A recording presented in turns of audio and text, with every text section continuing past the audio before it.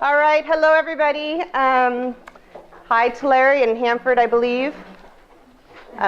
Anyway, Stephanie and I were going to just release you guys all to go home, but now that it's being live streamed, thanks a lot. You can thank Terry.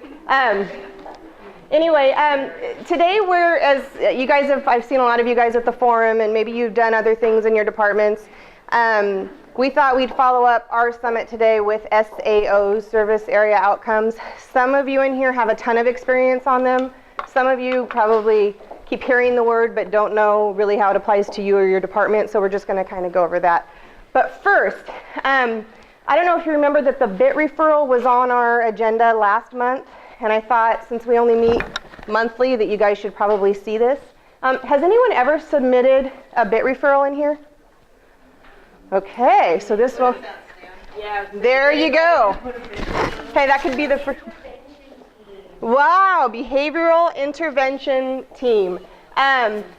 So Jill Mays, who's the mental health counselor on campus, along with Bob, chief police, and Stephanie and I sit on the behavior intervention team.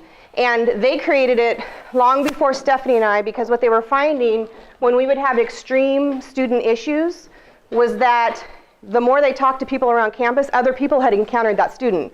And I was thinking of student services when sometimes you guys go, oh yeah, I recognize that person from coming into financial aid, and we recognize that person as a frequent flyer in counseling, and pretty soon you start talking. If something goes wrong, a lot of us kind of knew about it, but we didn't have an avenue as to handle the student. So the BIT team, like I said, long before Stephanie and I came up with this reporting form. And I'll show you, it's right online. I'll show you how to get to it.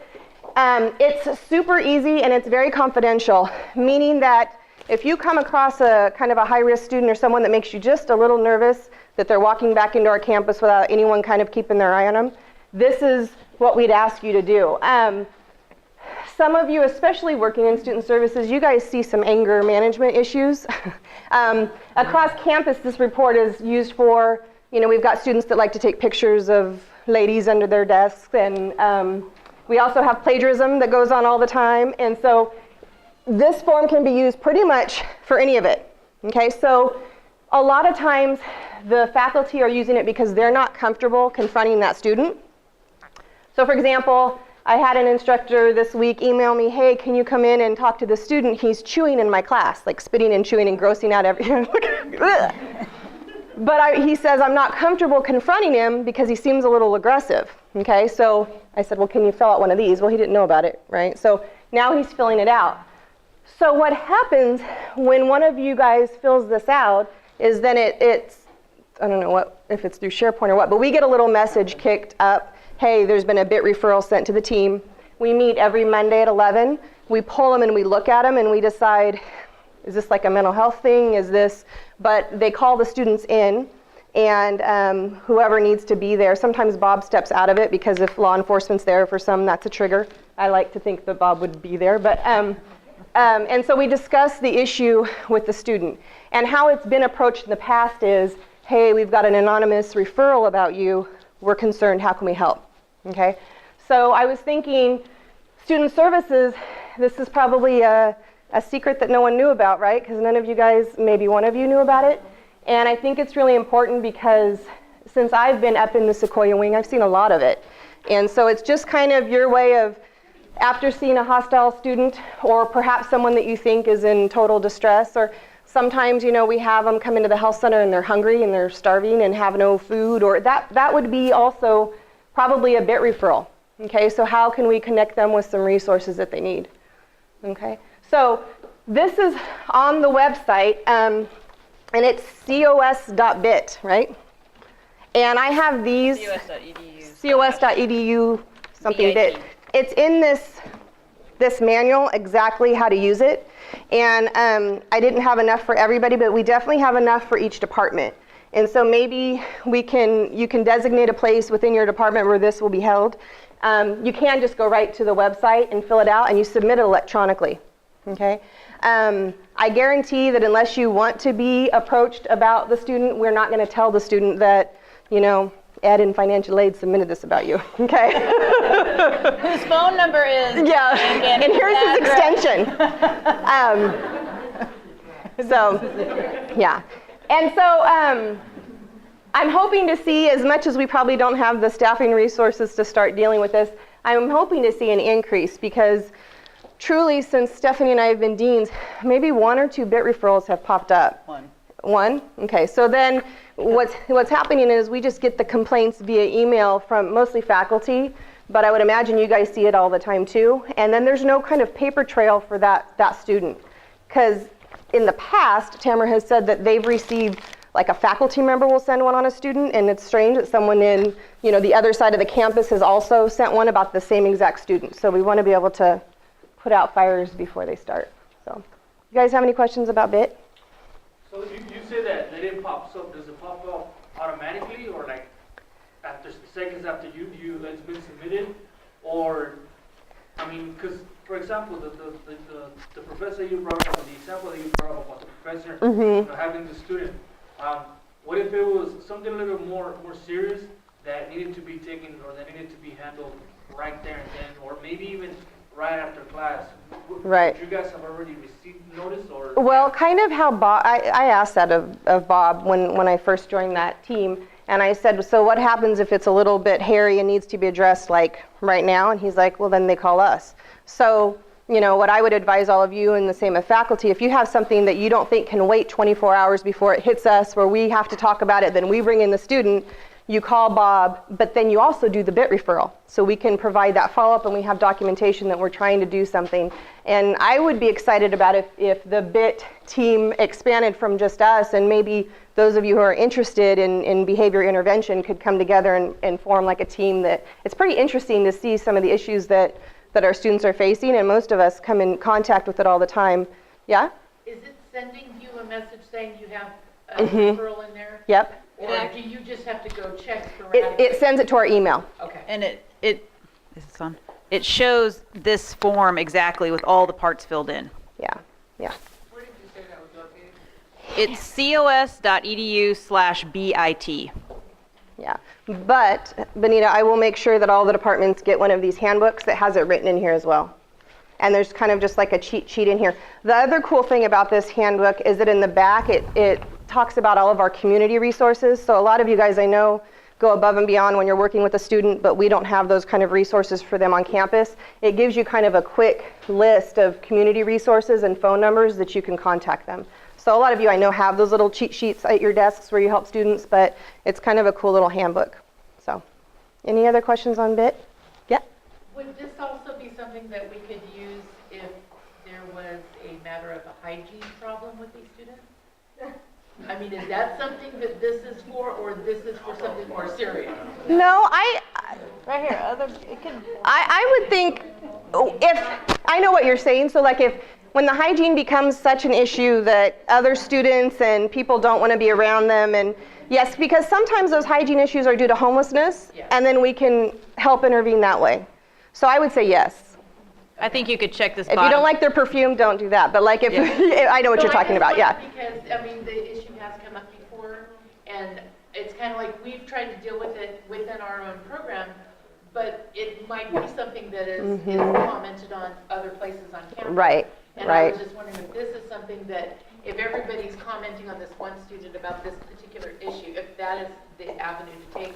I think it would be, because we get I'm trying to tell the English instructors, because that's where the most plagiarism's happening right now in history, that they can fill these out, because the student is warned, basically, if the instructor just wants it to go through this channel, because the instructor can take other actions. But if we have, a second one that comes through on the same student for plagiarism, we've got a much bigger problem. So I would say yes on that, yeah. So this only goes to the BIT team, right? Correct. So if it's a student that is working with other departments that might need to know that the student is doing these things, do you inform them or instructors, or what is that? I think in the past, and like I said, I'm extremely new to it, but I think in the past, they look up the student obviously in Banner and see what other programs or things they're involved in. And I think depending on the level of confidentiality is how they've determined whether they need to go check with one of you. I know that we did check with a counselor on one of the issues because she had notated some things in there, so. Anything else? Okay. All right. On to SAO fun. Woohoo! Woo. All right. How many of you in here have worked on the SAOs? Possibly a lot of you guys have program review and you're in the process? Okay. So let's look at a blank one maybe. Let's see if we can get that to... So let me give you a little bit of the recent history on this form. If you have not seen it, some of you have been so lucky to see it. Do you remember when Bob Pacheco came? All the talk about this consultant, Bob Pacheco. He came at the beginning of summer, and he came to a management retreat. And for 2 days, we learned from him how our college, our district, was going to move in the areas of service area outcomes. Okay? And a lot of our, I'm going to use the word unit, and I'll explain in a minute why I'm using the word unit. A lot of our units were already very, very familiar with these and already had them in their program reviews. And a lot of our units had none. Okay? And so what we realized when we were looking through all of the comprehensive program reviews from 2011 is that some units or departments had 30 to 40 SAOs written in there. Okay? And so Bob came and was very frank and said, you guys are nuts, because how could you possibly expect your staff and faculty to A, pay attention to that many, and then B, produce results that meant anything. Okay? So a lot of us were really happy when we heard that, because program review was used just kind of as a what? A wish list, yeah. And so the way the repetition of it made everyone feel like more was better, even though nobody could really read through them. And so this began kind of the change for our next program review as well. So the service area outcome report, this is what Bob brought to all of us, not me. So he gave it to probably in student services, Tamara and Francis. Some of you have seen it because this was dropped on your desk and you were asked to fill it out. Okay, who in here filled these out? Okay. And most of you probably had no idea what you were doing because I wouldn't have either. And so maybe one person filled it out and yours was submitted to our training. Okay? And so we looked at it during the training and he started saying, well, how many people worked on this? I had no answer until now. I know that 1 or 2 people probably worked on it. So he had created this sheet to say you guys should have 1 or 2 good service area outcomes for each year, for each academic year. One that you visit regularly at your staff meetings, one that you know is the goal that you're working towards for that entire year. And now that program review has changed, this will be kind of how you're evaluating your own unit. Okay? The program review committee, which I'm very new to, has broken us up in student services into units, and they call them units, so that's the new word. And for example, financial aid and veterans program reviews were interwoven, and it didn't make a lot of sense, so now they're 2 separate units. Okay? How they've decided who has to do a program review or not is based upon if you have any district funding. Okay? So some of you do not have to do one because you are 100% funded out of a different source, a federal source. EOPS, for example, has to do one because they have a 15% district match. So as you kind of think through it, why your unit is or isn't having one, that's how the committee decided to make that separation. Okay? And the committee is very open to seeing how this works for this year, and if it needs to be changed, maybe revamping it for the next. Okay, so the service area outcomes starts with the mission. So will you please put on the sample one on there so I can't remember, I think it was a technology one. I am Vanna. You are the Vanna. So to kind of get you going in the right direction, it requires you to look at the mission statement of your unit or of your department, the area that you work in. So technology services is a client-oriented department that provides support and communications, blah, blah, blah. And so that was what technology came up with as their mission. Some of you guys have a higher mandate, so you have your mission given to you. EOPS pretty much has a mission given to them. Financial aid may or may not, I don't know. So that's your mission. Some of the areas that I've worked with have gone in and changed their mission because they said, I don't know who wrote that mission, but that's not who we are or what we do, or that's not what we want to do. So missions have been changed in this process. And then going down to that is how you're creating your service area outcome. So based on that mission, what is the outcome that you're hoping to achieve during this school year? Okay? So kind of when you break it down, it's pretty simple and should be pretty basic. It doesn't have to be something huge that's really stressful to try and measure.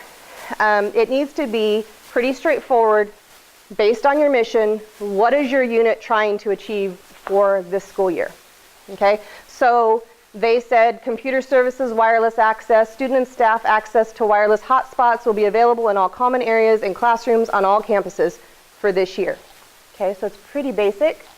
Okay, let's go over to see what they've got next. The means of assessment, they're going to map existing access points and coverage. It asks you in TrackThat, which I'll show you a brief glimpse of in a minute, what type of research method that is, and that sounds really scary. You know, how are we supposed to know that? But it gives you quantitative data. Are you just collecting numbers? Qualitative, are you having groups of people tell you the information? The other one's like survey. Okay, so we can figure that part out. And then the target, for them, they want access points to cover all classrooms, library, meeting rooms, and outside areas except the parking lot. Okay, so it's pretty basic. A lot of our units in student services will only have the first and second columns filled out. So they'll only have the service area outcome and the means of assessment, because if your unit has decided that you hated what was in your last program review, you can get rid of them all right now, one-time offer, and start with a new one. Okay? So I know it's really hard. I worked really closely with EOPS, and it was really hard for them because it's not saying that the work that was put out before is useless. It's just saying, wow, we're killing ourselves. There's not enough of us, and who's tracking that? And then what happens when you guys try to get your data? You can't get it, okay? Because research and planning office is so jammed up that you guys can't even get it. Then everyone's having anxiety attacks that we can't finish our report because we don't have any data. Okay, so I think if we clean it up, that it will make more sense to us. So a lot of us in here, though, like EOPS, for example, threw out most of theirs and made one or two of them to assess. That's where EOPS is left off. We have column 1 and 2, and under target, we put established baseline data. And that's actually what we were advised to do. I would have never felt comfortable doing that on my own. Bob Pacheco used EOPS as an example and said, if you're going to just start with a new one, your first year of target is just establish some baseline data. Okay, we can do that. Some of you have gone way beyond that, which is great. I know counseling has finished the whole thing across the board. So everyone in here may be at differing levels, but it is okay to enter one that just has the first two filled out right now. Okay. The assessment and findings, he's got a date when they finish this. Access points do not cover all locations needed. Okay.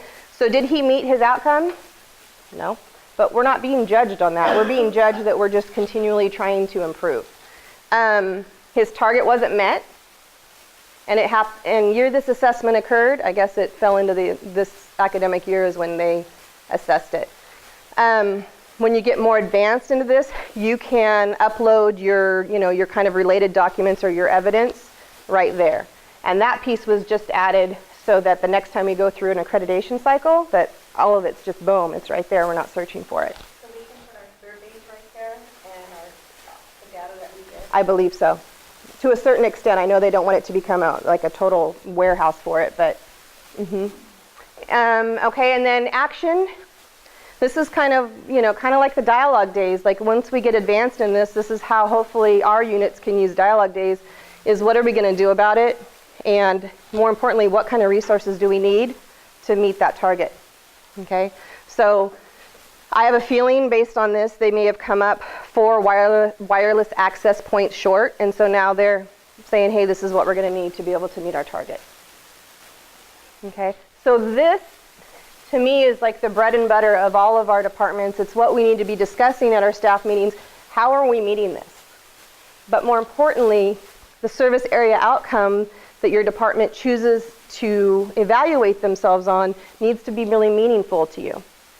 And it can be really basic. So you kind of have to decide what's the most important, or I guess, yeah, the important thing in your unit that you want to know how you guys are doing on. So EOPS changed theirs from, for an example, from 80% of students successfully meeting their mutual responsibility contract to, because what does that really mean? They met their contract, but the mission of EOPS is to help with persistence and transfer and completion. So we're thinking, okay, that's not really measuring that mission at all. So now we're just going to look at how many students graduate, transfer, or persist out of EOPS each semester, and what can we do to improve it. And so one of their other means of assessment, other than just looking at the data, good one, will be to create surveys to see what the students say. Did they not were they not able to meet their 3 contacts because counseling wasn't available, or is it because they didn't come in? Things like that, to just keep improving the program. Because at the end of this whole thing, it's still tied to your resources and what you need to help your department run smoothly. Any questions on that? Yes? This report was that, full, so you just showed, that was a track that report? Yes, that was One. okay, let me show you. Yeah, so you were just showing, I had to put in resources and the Oh, that's not a It's not a fact-out report. This is a template that Bob gave the management counselor this summer in an attempt to help us, instead of just having like this big, okay, go do an SAO, these are the steps, and then they're mirrored in the tracked out.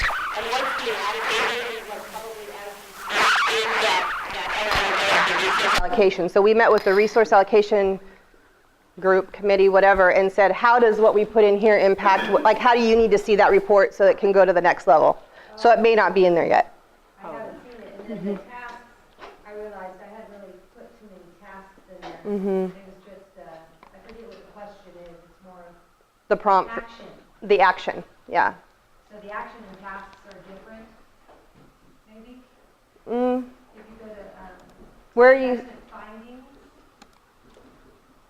and then you add one, I think that's where the actions were supposed to put in, so I wasn't here, sure click on that. I should be doing both. Yeah, I'm not sure because so the program review, the new program review will be in TrackDat, housed in here. And I've seen that template, and they do have the place for the actions and who's assigned to them in that. So I'm wondering if it's going to show up over there. Okay. But this is something that we probably all just need to get used to because it's brand new and it's going to be here for a while. They spent an amazing amount of time and money on trying to put this together to try and streamline program review and capture our data. So so let me show you something. If any of you are so inclined to want to work on SAOs, talk to your managers and ask them to give you access to it. So I know, like Carolyn in here likes to work on it, or I don't know if she likes to, she does. Volunteers too. She loves it. So she's got access. So that you can go in and make adjustments, because truly working on SAOs is voluntary. Truly, it is. But I'm thinking, since you have to live more than you do at home here at work, in your units, you might as well be working towards a goal that you believe in. And I think the more you get involved, it becomes a little bit more meaningful. But it's totally voluntary. So if someone wanted access to that, I think I've got 5 or 6 under my watch that are accessing it and making changes as needed, or when data comes in, inputting it. So it doesn't have to be just one person holding on to it and no one else really knowing what's going on. Any questions on it? Yeah? I actually have several questions or one big long question. If everyone look at it. Program review is tied to above-base funding or funding in general, correct? So if we are 100% funded through a different source, whether it be federal or state or whatever, and the college is not matching it or is not funding any part of it, we don't have to do a program review, Right. correct? What about our SAOs? Do Okay. you still have to do those? So I recall doing several of those forms, at least one for each of our programs. right. And yet, we're not up there as a unit. Okay, you have a very good question, and I thought you were going to ask me the other part of that. How do you get your resources, That's your personnel, right? So that was the first question I asked because I'm always thinking of Title V that is 100% federally funded. How do we fit into this mix? Do we do SAOs? We all were at the training, so we all felt like we had to. So there's kind of two lines of thinking. One, for resources, we have another way on the planning model to work into that. What's that? It's coming. It's coming. We were promised. Because that was the first question I had, is if TRIO needs to add on personnel, what's their process for the request? And so it's coming, and it's going to be based on your grant and your personnel needs. You have another way into there. However, you'll see that I have CalWORKS in there. CalWORKS is completely non-district funded, but they kind of jumped on the bandwagon and wanted to create an SAO to keep them on track. So it's housed in here. So you'll see units that aren't going to do a program review that still have an SAO, and I did that by emailing Tim and saying, hey, these people want to track what they're doing, can they use this tool? And he said, yeah, and you put them right in. So just because you're in here, it does not mean that you're doing a program review. Because Ricardo, You need your mic.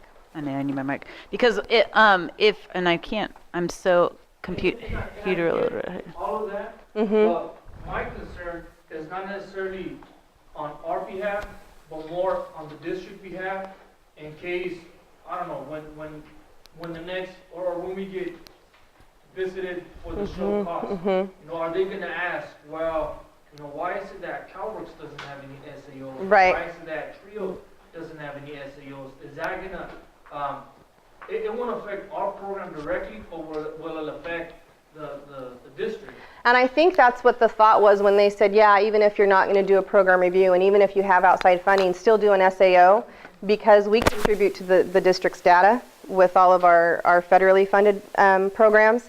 And additionally, so if they're going to use TrackData as a source to extract that data, then it makes sense that we're in there. And that's why I've added CalWORKS. I'm going to go in and add Title V. I would suggest you add, you know, you're not doing a program review, but I would suggest that it was in there. And that was kind of, you know, and the other thing you make a good point is that was kind of a local decision, but we don't know how it's seen from the outside. So maybe it is something that, you know, we all need to add in there. No, it's not something that I'm dying to do, but I mean, if it's gonna do more good doing it than not, then Yeah. by all means. Well, and it's very easily, for those of us on grants, we're told what our outcome needs to be. We just crank it into there. That's, you know, and we're told kind of what our assessment is. So, you know, the one other thing, Stephanie, will you click on related objectives and goals? I think that's the one I want. So here's what's wild about TrackData is which is back to what Ricardo says, once you establish your service area outcome, before you're done, your last step is to click which one of those 8 district goals that it relates to. Because really, and if you need ideas when you're sitting around trying to come up with really what should be our SAO or SAOs, you probably want to look at the district goals, objectives for the year to see what the district is kind of pointing to as well. Because at the end of this, you have to relate one back. Yeah.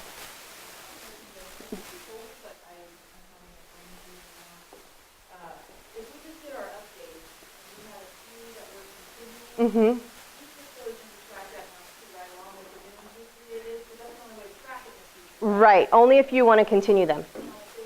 Only if they were continued. Yeah. Yeah. And I guess they're going to have a way that once we start really cluttering up the system that we can just hit archive so that in 5 years from now, whoever needs to look it up doesn't have to, you know, go through, you know, 5 years of them, I guess I should say. But that it would still be there if you were trying to figure out the history of how it came. Mm-hmm. So it's kind of a radical change, but I'm hoping that I'm sure we'll have a few kinks along the way, but I think it's makes more sense to me that we just focus in on 1 or 2 things per department and try to do them well. It also, I think, will help when we're trying to decide what resources we need based on your SAO. Any other questions? Yeah? No, you're fine. In the current updates that we asked about, they're called plans. Mhm. Now these are SAOs. But yet, in the updates, we had SAOs as well. Mm-hmm. So everything, whether it's a plan or an SAO, is going to go in this, Mm. or just the SAO. I don't think I know the answer to that because I think what I would answer was just the SAOs, but I don't know that that's correct. So I will go back to the program review committee and ask that. I think the plan is to have the plans in there as well, but it'll be a slightly different set of tabs probably. So that'll show up in the program, probably in the program review In the program, template. yeah, so that's what's going to be kind of interesting is like you'll have a SAO area, but you'll also have a program review area all under your particular unit. Right. They'll be, it's strange. I've just seen the template as they've, and I'm not an IT person to say the least, so I sit and watch in amazement, but they're trying to create a template that just has like a 1 or 2 phrase prompt that you would just fill in. And your SAO will populate in where it needs to go. And so you're basically answering the prompts as you go, so it's not so much like fill in this box, it's like answer this question. It feels a little bit more like when we do our federal reporting where they're asking you a specific question and we answer it. So I'm thinking, Diana, like Stephanie's saying, that's maybe where that shows up. Yeah, but I don't know. Any other questions? We brought about 10 copies of the blank forms. And the forms, here's the thing with the forms. The form is only for the purpose of getting your wheels turning. No one really, we collected the forms a while ago, but now it's all housed in here, and I'm sure some people just sit in there and input them, which is fine as well. But if you want a blank form so that you can remember this, or when you come up with ideas, or in your meetings, maybe you can work on them together. The form is kind of a good tool because you can literally take that form and just sit there and type it into the template. Anything else, Stephanie? No? Any other questions, you guys? No? No? So you can go back to your lovely offices. Oh, drawing. No wonder why you guys weren't leaving. We had a raffle today. The raffle, and there's four winners.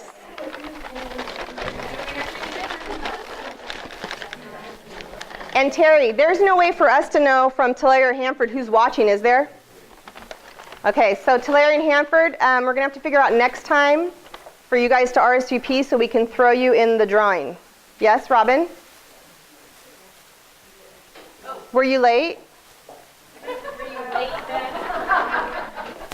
Look where you're sitting. Were you late? We'll put Robin on here. You know what we could do? Oh my gosh, I love. You know what, Jessica, we could put Tulare Okay, on here. okay. Let's do 2 Tulare and 2 Hanford.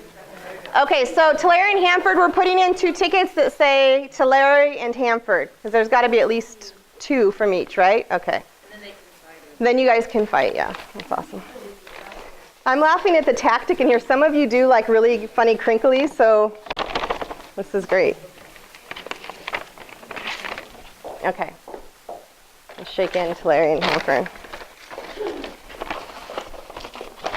Okay, I'm going to come over here. You don't want to look, Velia? Okay, I'm going to let Velia pick. Pick a winner.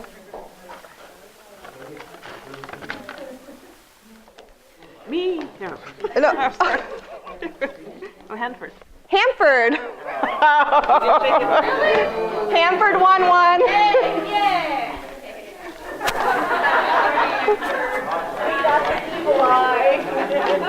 If nobody was from Hanford, we'll redraw it. Oh, good point. Okay, Pam, you want to pick one? It'll be my name.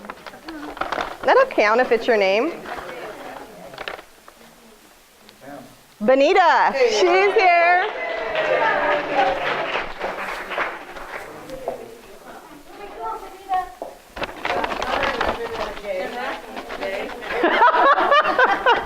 This is definitely the year of the raffle. Here, you pick. They're worried they're going to pick their own.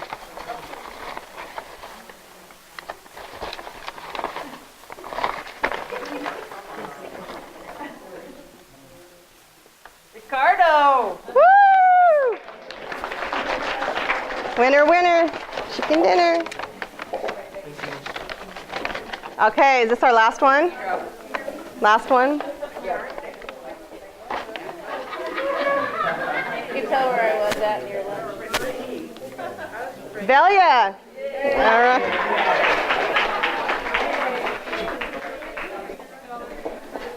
Do we want to, Wait, do we have one more? Oh, is this Hanford? Oh, sorry. Sorry, Hanford. We've got it. I'll take it to them.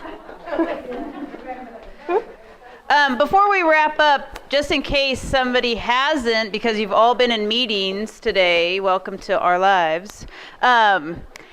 You might not have been able to answer the question of the day yet. Has anybody not been able to answer the question of the day yet?